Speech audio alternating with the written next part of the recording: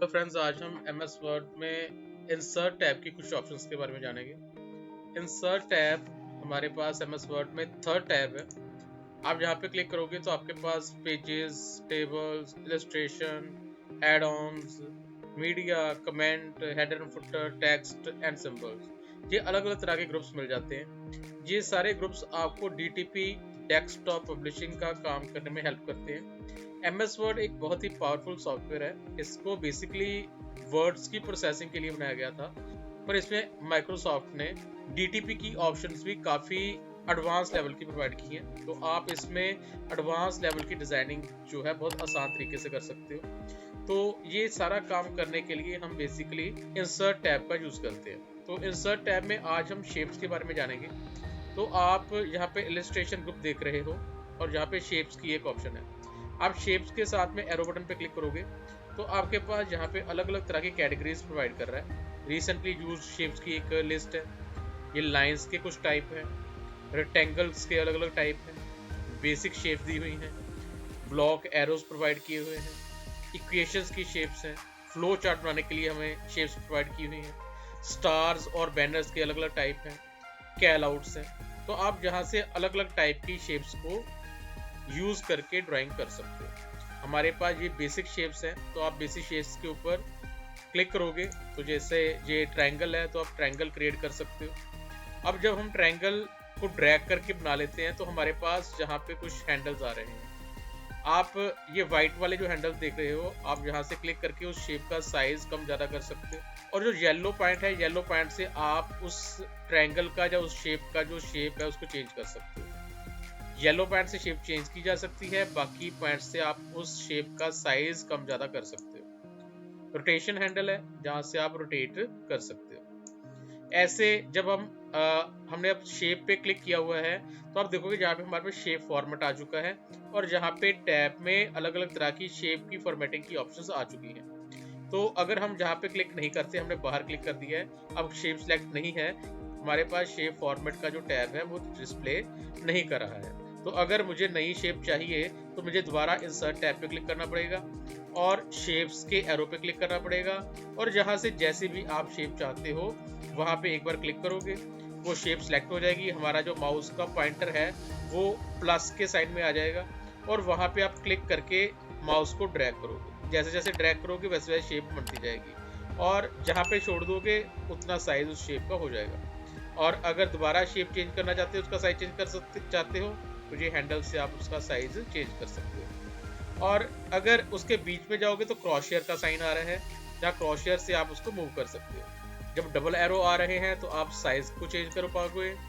ये rotation handle है जहाँ से रोटेट कर पाओगे। येलो पॉइंट से आप शेप की जो सेटिंग है उसको चेंज कर पाओगे और क्रॉसहेयर से मूव कर सकते हो। तो ऐसे आप शेप्स को बना सकते हो, चेंज कर सकते हो। अब जैसे कि हमारे पास शेप फॉर्मेट सेलेक्ट है तो यहाँ पे हमारे पास इंसर्ट शेप का एक ग्रुप है वो प्रोवाइड किया हुआ है। तो आप वही सारी शेप्स यहाँ से भी देख सकते हो। जैसे ब्लॉक एरोज, हमने ये बेसिक शेप्स की थी, आप ब्लॉक एरोज बनाना चाहते हो तो जहाँ से किसी भी तरह का एरो बहुत आसान तरीके से बना सकते हो। उसका जितना साइज कम ज़्यादा करना चाहते हो वो चेंज किया जा सकता है। फिर से हम जहाँ पे क्लिक करेंगे और इक्वेशन साइंस है, आपको कैसे भी इक्वेशन का साइन चाहिए बड़े बनाए दिए हुए हैं। और ये येलो पॉइंट से आप उस शेप को चेंज भी कर सकते हो, जैसे भी आपकी रिक्वायरमेंट है वैसे चेंज किया जा सकता है। ये फ्लो चार्ट है, फ्लो चार्ट के लिए आपको अलग अलग तरह की डायग्राम्स पहले से बनी बनाई दिए हुए हैं। आप यहाँ से जैसे भी शेप चाहते हो वैसी शेप बहुत आसान तरीके से क्रिएट कर सकते हो। तो ये ऐसे ये शेप्स क्रिएट की जा सकती हैं। फिर स्टार्स हैं, अलग अलग टाइप के स्टार, आप उन स्टार्स को क्रिएट कर सकते हो। फिर जहाँ से येलो पॉइंट को क्लिक करेंगे तो वो शेप को चेंज किया जा सकता है अपनी रिक्वायरमेंट के अकॉर्डिंगली, जैसे भी चाहते हो। ऐसे ही हमारे पास नीचे कैल आउट्स हैं। आप कैल आउट क्लिक करोगे तो आपके पास ऐसे शेप्स आ जाती हैं और इनमें आप लिख भी सकते हो। कैल आउट्स बेसिकली लिखने के लिए हम जैसे बनाते हैं वो बनाने के लिए हम यूज़ करते हैं। फिर से ये मूव करके यहाँ पे शिफ्ट किया जा सकता है और येलो पॉइंट से इसको जहाँ पे भी आप मूव करना चाहते हो वैसे मूव कर सकते हो। तो ऐसे ये अलग अलग टाइप की शेप्स हम इंसर्ट टैब में से बना सकते हैं। अब यहाँ पे हमारे पास एक लाइंस का सेक्शन है। लाइंस में भी हमारे पास अलग अलग टाइप की लाइंस है, जैसे जो स्ट्रेट लाइन है, आप एरो बनाना चाहते हो तो स्ट्रेट एरो बनाया जा सकता है। फिर यहाँ पे क्लिक करेंगे तो हमारे पास ये कर्वी एरो जो है वो भी अवेलेबल है, वो आप कर्वी एरो भी बना सकते हो। इसकी कर्व कितनी आप ज़्यादा करना चाहते हो, कम करना चाहते हो, वो भी चेंज कर पाओगे। यहाँ पे हमारे पास फ्री फॉर्म शेप है, तो आप फ्री फॉर्म शेप पे क्लिक करोगे तो अभी जैसे जैसे आप क्लिक करोगे तो लाइन आगे आगे चलती जाएगी।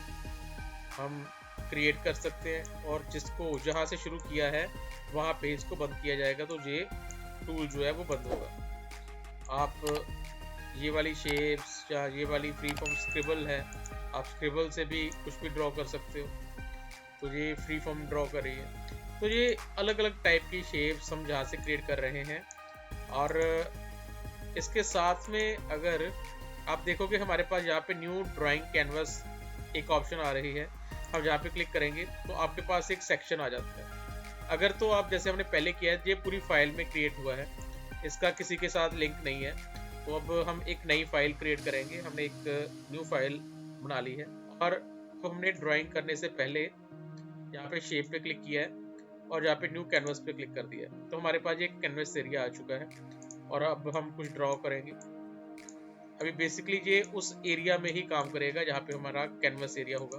अभी मैंने एक शेप क्रिएट की है, उसके बाद सेकंड शेप क्रिएट की है, तो आप देखोगे कि वो उसी एरिया में ही काम कर रहा है। और मैं अगर इसको बाहर लेके जाना चाहता हूँ तो नहीं लेके जा सकता। तो ये एक पर्टिकुलर एरिया हमें प्रोवाइड कर दिया है, तो आप इस पर्टिकुलर एरिया में अगर काम करना चाहते हो, कोई ड्राइंग करना चाहते हो, तो उसके लिए आप एक कैनवस एरिया क्रिएट कर सकते हो, तो उसमें एक प्रॉपर अपनी ड्राइंग जो है वो क्रिएट की जा सकती है। और अगर आप कैनवस एरिया नहीं चाहते हो, तो जैसे हमने पिछली फाइल में किया है, तो ये पूरी फाइल ही आपका कैनवस है।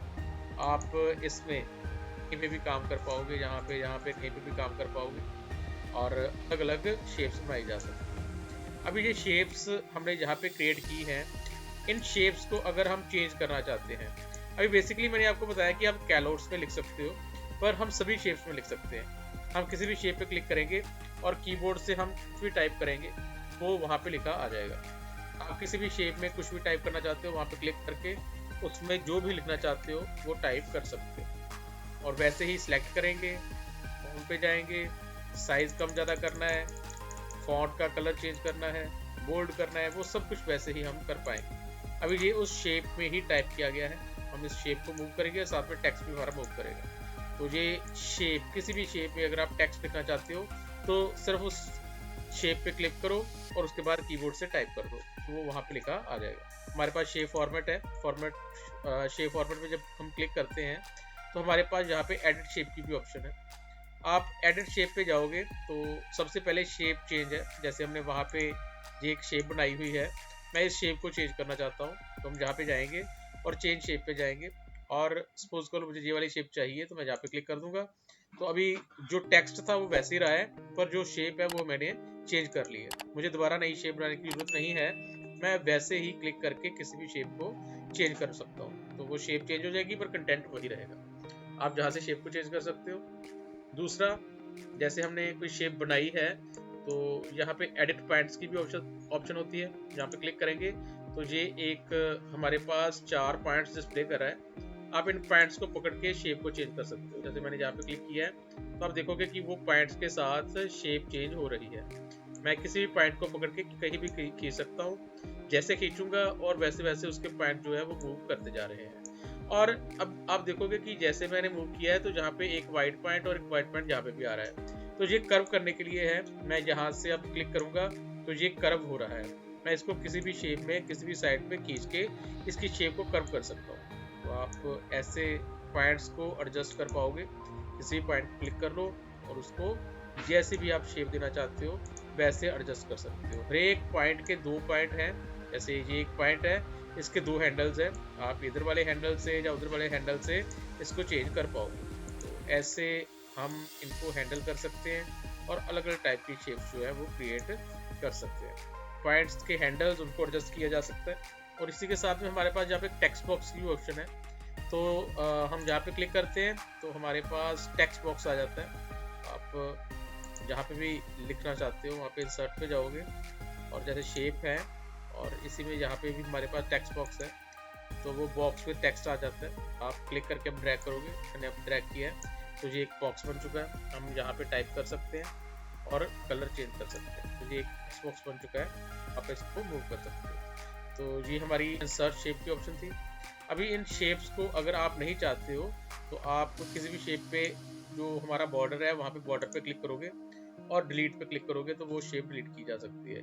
कौन सी भी शेप नहीं चाहिए वहाँ पे क्लिक करो और डिलीट बटन को प्रेस कर दो। तो ऐसे आप शेप्स को सेलेक्ट करके डिलीट कर सकते हो। तो ये हमारी इंसर्ट शेप की ऑप्शन थी। मुझे उम्मीद है कि आपको ये ऑप्शंस अच्छी तरह समझ लग जाएंगी और आप इसको लाइक और शेयर जरूर करोगे। Thank you.